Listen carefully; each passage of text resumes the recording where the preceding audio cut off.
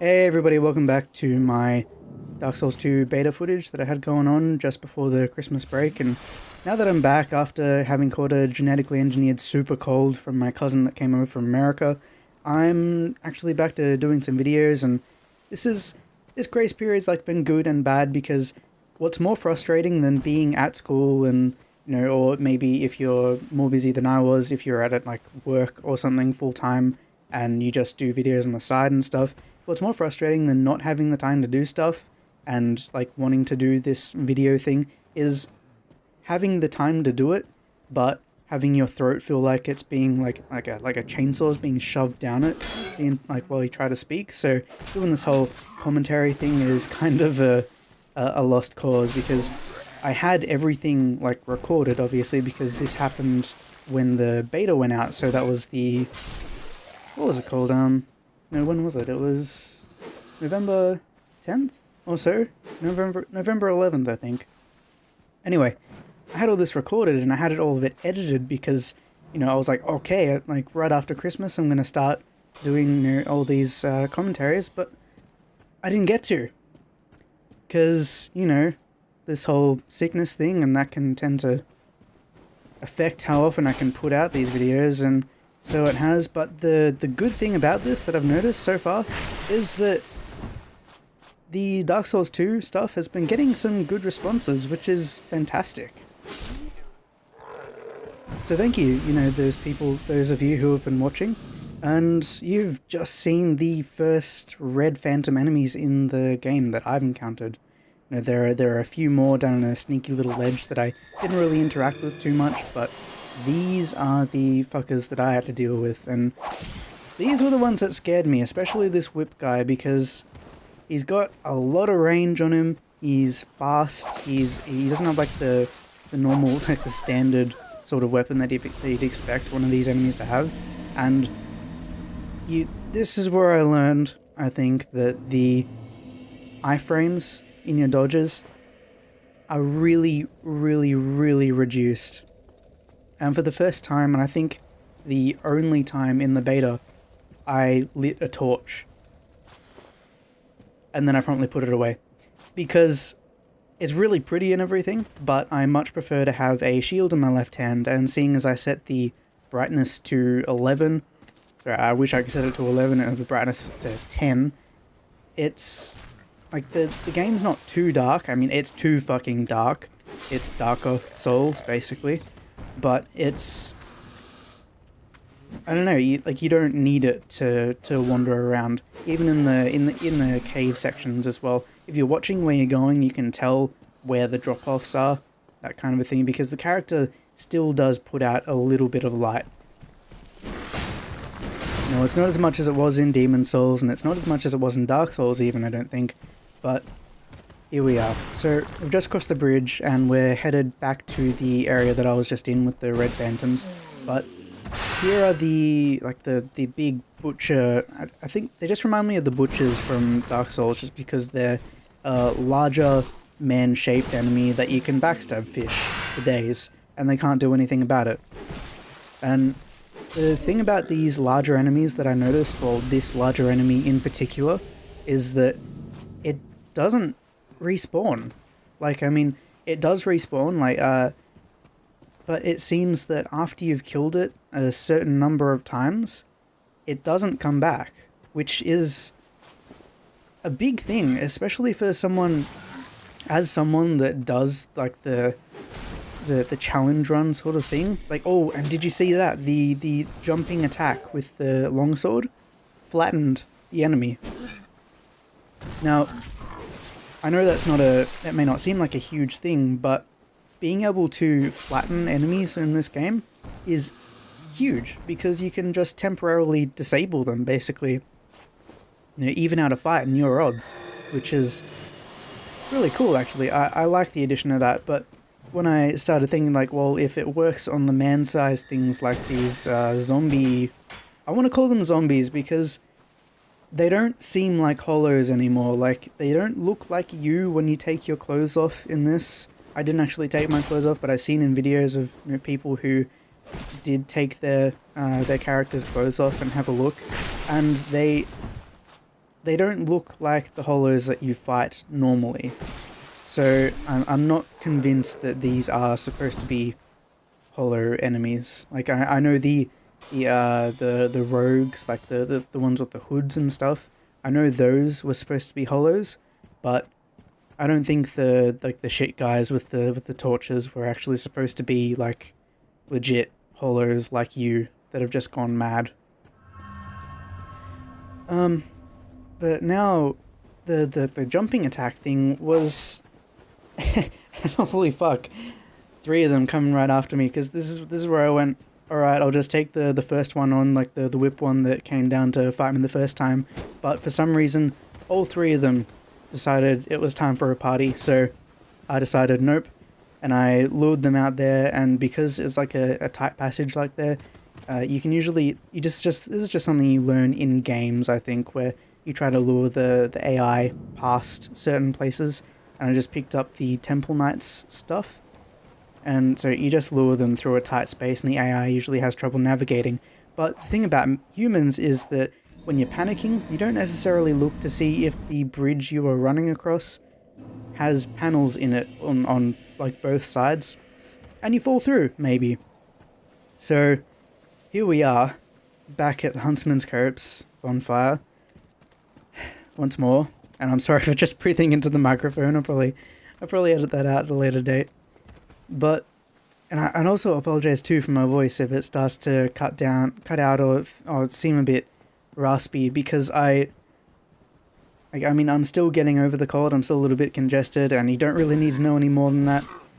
But yeah, so that was my first attempt to try and get across the bridge, because I didn't know what was across the bridge, and it's a boss, I'll tell you that. It's the Executioner's Chariot boss, which is, it sort of seems like a mix between the Bed of Chaos and the Nito and, I don't know, like, I mean, when do you ever have to fight a horse in the other Dark Souls?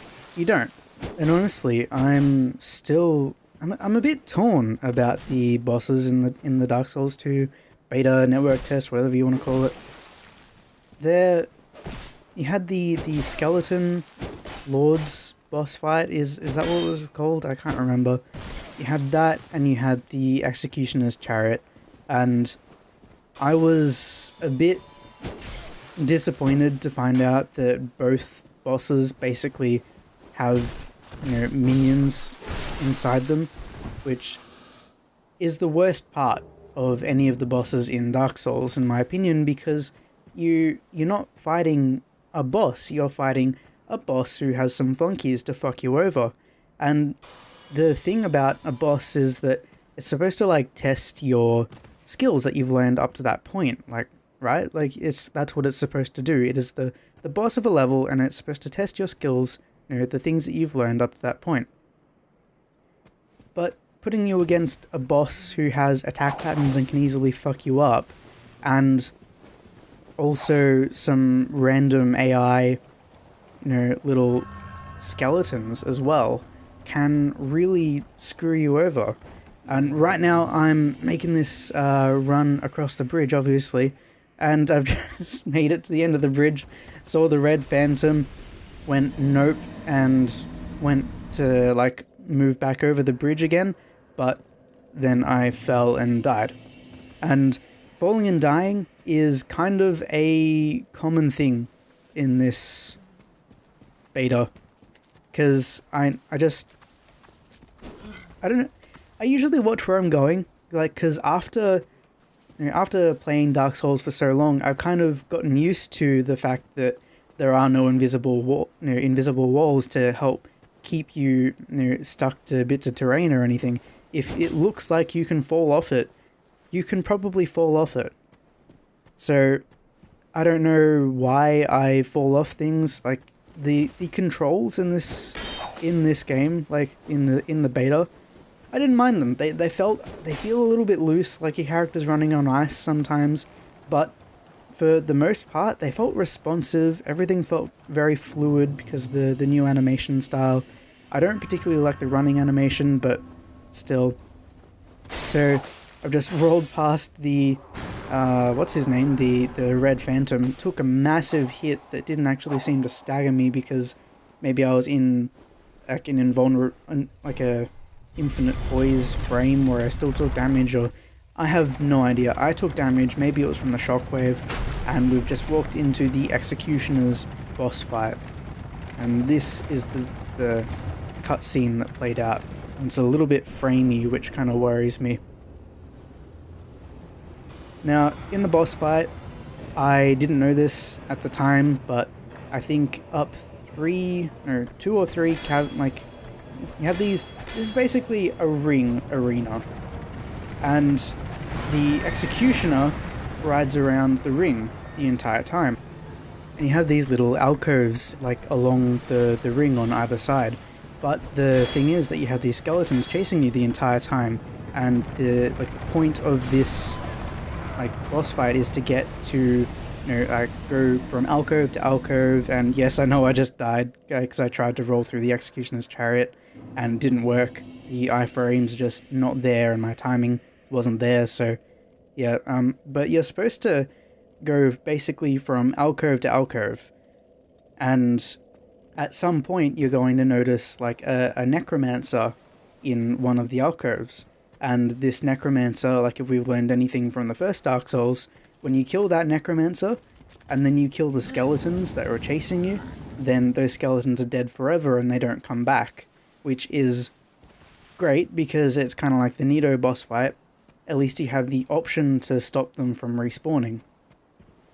So you can kill the necromancer and the skeletons as well, and the Executioner can actually hit the skeletons, which is the important bit. And you can just kill the skeletons and they won't be chasing you anymore. But suddenly you'll have more skeletons chasing you, and you'll just go further and further along the ring and you'll find another necromancer in another hole, except there's going to be more skeletons this time, so you gotta kind of see how long you can last trying to keep yourself alive in the alcoves, like before your stamina runs out, or just trying to push the skeletons into the path of the chariot just so that they will be killed. And I like that sort of aspect to it because it seems it kind of keeps up the tension and stuff. My heart was definitely pounding when I was doing this because, you have a limited amount of time to play, and I was just thinking, well, this isn't bad, But then I heard of people that just didn't touch the necromancers at all and just sort of ended up like going to the just going like straight to the end of the ring, and there's a lever there, and if you pull the lever, then the gate comes down and it smashes the Executioner's chariot and kills the actual Executioner, and then you fight his horse, which is interesting, I guess. So you fight the horse, and it's at this point that you realize that you haven't been in a boss fight up until that point. You've been I've just run in here now with my Homeward Bones and tried to get my soul so I can come back to the bonfire, level up, and then come back when I'm a little bit stronger, because that's just how I thought I might handle it. And but once you pull the lever and you're fighting the horse, you realize that you've not been doing an actual boss fight, because you can't do damage to the chariot while it's trying to chase you. You just, I don't know, it doesn't feel like a real boss fight. Anyway, these are the god awful animations. What the hell are these? I don't mind that one because it kind of looks like a genuine shrug, but what the fuck is this guy? He's got two thumbs and doesn't give a fuck. This guy. That gesture is horrible. I think they need some tweaks. I think they need to be entirely redone, actually, most of them. But unfortunately, I don't think that's going to be happening. It's a really depressing thought, but I don't think they're going to be changing any of the gesture animations. We're going to get some more, I think, than just those, but I don't think they're going to be changed much at all. And if you see just then, I put about 4 points into strength, which I didn't think I'd be doing, honestly. I didn't think I'd be doing it all because because I don't know, when I heard that agility was going to be a stat, I thought, oh fuck, agility, that's, I love using fast characters, so maybe I'll just level up agility and that'll be fine, because I heard that people did that in the first round and they did just fine. Because I wanted to see how fast I could roll and everything. And when I was in the podcast that I put up on the channel just a little while ago, I said that I leveled up my agility, to 26 or something, which is the point where like the evasion stat stops moving up, but one number at least every time you level it up. And I didn't. I really didn't. Which was disappointing to say the least, because I thought I thought I'd actually, I set out with the intent to get my agility to something stupid like 26 or 40 or something like that. But then I saw this Zweihander and I thought, no, I'm gonna use this Zweihander because that's fucking fun, I'm just gonna do that. And this is the backstep attack, which I don't mind. But yeah, so I didn't end up leveling up like I thought I would. I really, really wanted to level up differently to how I ended up actually leveling up, but it's all kind of a moot point. There's no point in me being, sad about it now, but I wish I'd found out what it was like to literally roll with a character with 40 agility. But unfortunately, I didn't, so thank you for watching. I've gone a little bit over time, and I will see you in the next video.